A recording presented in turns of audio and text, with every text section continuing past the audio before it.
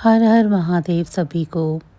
हर साल ज्येष्ठ माह में गंगा दशहरा का त्योहार मनाया जाता है। इस बार यह 5 जून को मनाया जाएगा। शास्त्रों की माने तो ज्येष्ठ माह के शुक्ल पक्ष की 10वीं तिथि पर धरती पर माँ गंगा का अवतरण हुआ था। इसीलिए इस दिन को गंगा दशहरा के रूप में मनाया जाता है। धार्मिक मान्यता है कि इस शुभ अवसर पर गंगा नदी में स्नान और पूजा करने से जातक के सभी पापों से मुक्ति मिलती है और जीवन में खुशियों का आगमन होता है। आइए जानते हैं कि आकाश से धरती पर माँ गंगा का अवतरण कैसे हुआ था। पौराणिक कथा के अनुसार प्राचीन समय में अयोध्या में महाराजा सागर रहते थे। उनके 60 पुत्र थे। एक बार राजा ने यश में यज्ञ का आयोजन किया। ऐसे में इंद्र ने यश में यज्ञ का घोड़ा चुरा लिया और उसे कपिल मुनि के आश्रम में बांध दिया। इस कारण राजा के यश में यज्ञ में बाधा आ गई।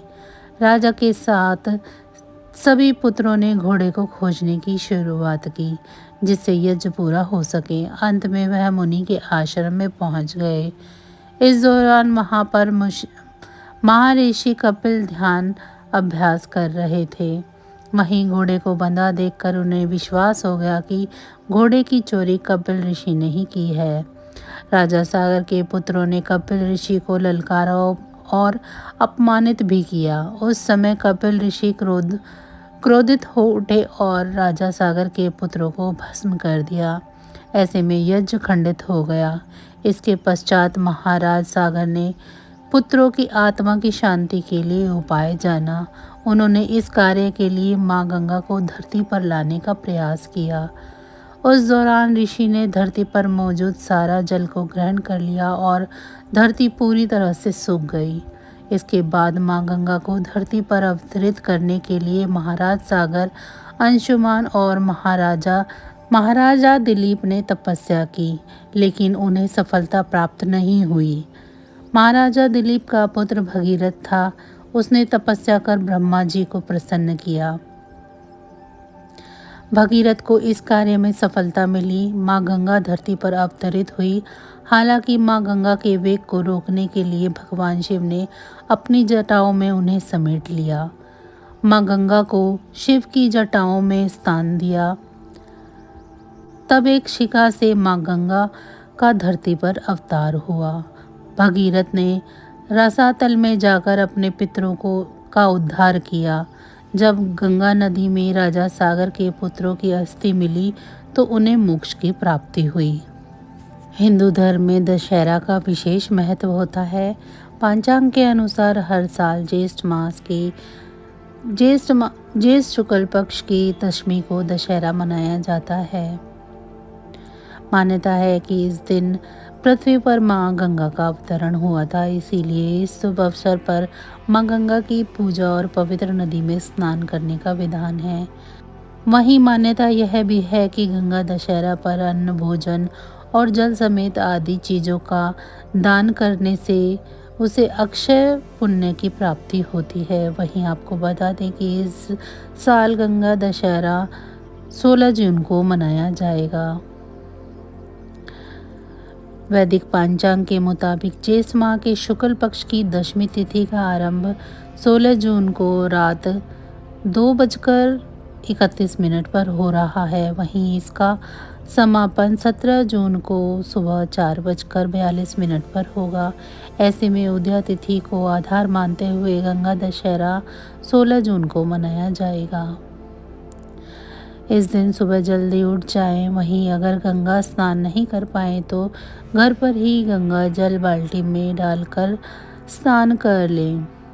वहीं इसके बाद अब तांबे के लोटे में जल भरकर उसमें गंगा जल, अक्षत और फूल डालकर सूर्य भगवान को अर्घ्य दें। साथ ही गंगा माँ की आरती करें और मंत्रों का जाप करें।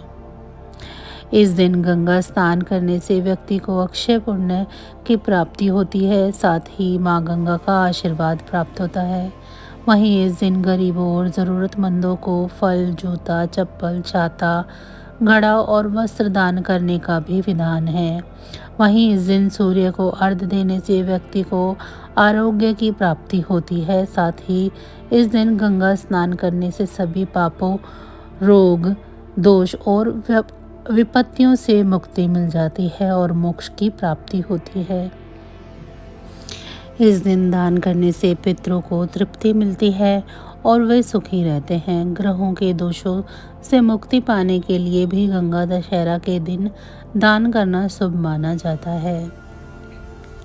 इस बार गंगा दशहरा के दिन कुल 4 शुभ योग, अमृत सिद्धि योग, सर्वार्थ सिद्धि योग, रवि योग सहित हस्त नक्षत्र का निर्माण हो रहा है। इस शुभ मुहूर्त में माँ गंगा और भोले बाबा की आराधना करना और दान पुण्य के कार्यों का बड़ा महत्व बताया गया है। आइए अब आपको बता दें कि किन चीज़ों का इस दिन दान करें। गंगा दशहरा के दिन गंगा माता की पूजा के साथ साथ दान करना भी शुभ होता है। ज़रूरतमंद लोगों को सफ़ेद वस्त्रों का दान करना अधिक शुभ फलदायी होता है। इससे कलेश दूर होता है और धन धान्य में वृद्धि होती है। गंगा दशहरा के दिन गंगा माता की पूजा के साथ गेहूं, चावल, दाल, घी, शक्कर का दान करना शुभ माना जाता है।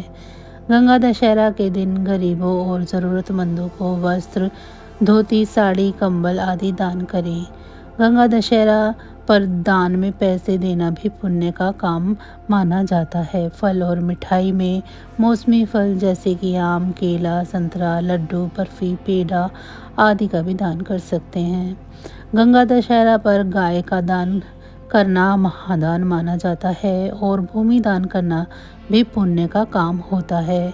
लोगों को दान हमेशा स्वच्छ मन और श्रद्धा भाव से करना चाहिए। दान में दी जाने वाली वस्तुएं अच्छी गुणवत्ता की होनी चाहिए। दान किसी ज़रूरतमंद व्यक्ति को या किसी धार्मिक संस्थान को करना चाहिए। दान करते समय दान करने वाली वस्तु को दाहिने हाथ से देना चाहिए। गंगा दशहरा के दिन दान करने से पापों का नाश होता है और मोक्ष की प्राप्ति होती है। इस दिन दान करने से पितरों को तृप्ति मिलती है और वे सुखी रहते हैं। ग्रहों के दोषों से मुक्ति पाने के लिए भी गंगा दशहरा के दिन दान करना शुभ माना जाता है। दान करने से जीवन में सुख समृद्धि आती है और सभी मनोकामनाएं पूरी होती हैं। गंगा दशहरा के दिन दान करना एक उत्तम अवसर है। इस दिन दान करने से पुण्य लाभ प्राप्त होता है और पितरों को मोक्ष की प्राप्ति होती है। तो बस आज की जानकारी इतनी ही थी। फिर मिलेंगे हम आपको ऐसी ही किसी अन्य जानकारी के साथ अगली वीडियो में। तब तक अगर आपको मेरी ये जानकारियाँ अच्छी लगी हों तो वीडियो को लाइक करें। चैनल को सब्सक्राइब नहीं किया है तो ऐसी ही जानकारियों के लिए चैनल को सब्सक्राइब कर लें और कमेंट बॉक्स में मुझे ज़रूर बताएं कि आप सभी को ये जानकारियाँ कैसी लग रही हैं। इसी के साथ भगवान भोलेनाथ की कृपा आप सभी पर सदैव बनी रहे। आप सभी का बहुत बहुत धन्यवाद।